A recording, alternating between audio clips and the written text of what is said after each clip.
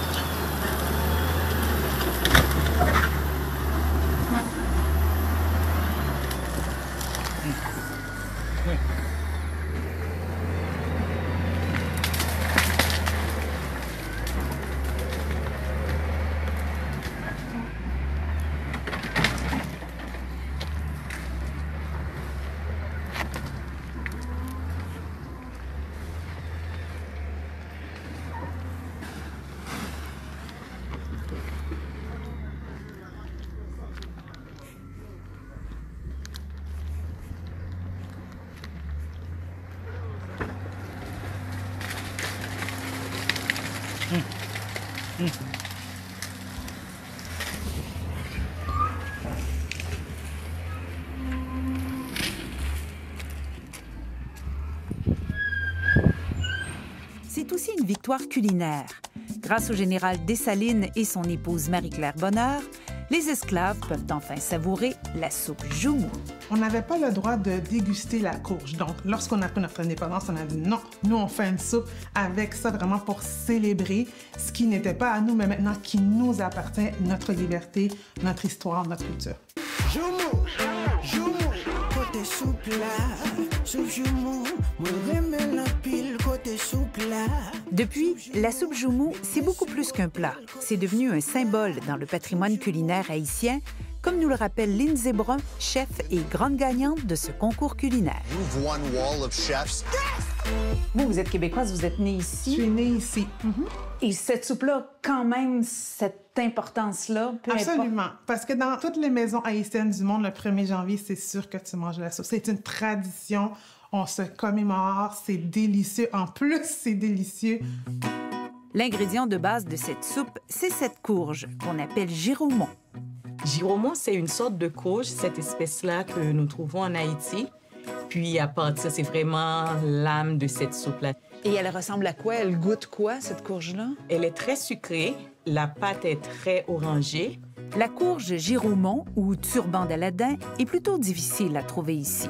À défaut de ne pas le trouver, on utilise d'autres courges qu'on trouve ici, surtout après l'Halloween. Il y a plusieurs sortes de courges, donc on peut s'arranger avec d'autres sortes de courges.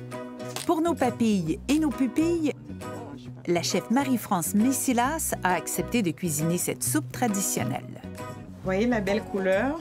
Donc la soupe va avoir cette belle couleur-là. C'est pas qu'une soupe à la courge, là. Moi, j'aime l'appeler la soupe repas. Il y a beaucoup de choses. On met des patates, céleri, carottes, la courge. On a le navet, poireau. On a aussi du chou, mais on a aussi de la viande. Donc, on a de la viande de bœuf. Bien sûr, pour donner du goût à notre bouillon, il faut absolument avoir des os. La base, c'est beaucoup d'amour, de temps et de petits secrets. L'élément magique. Les petits clous de girofle, on les pique ou bien dans le piment fort ou bien dans un morceau de poivre. C'est pour pouvoir les récupérer à la fin.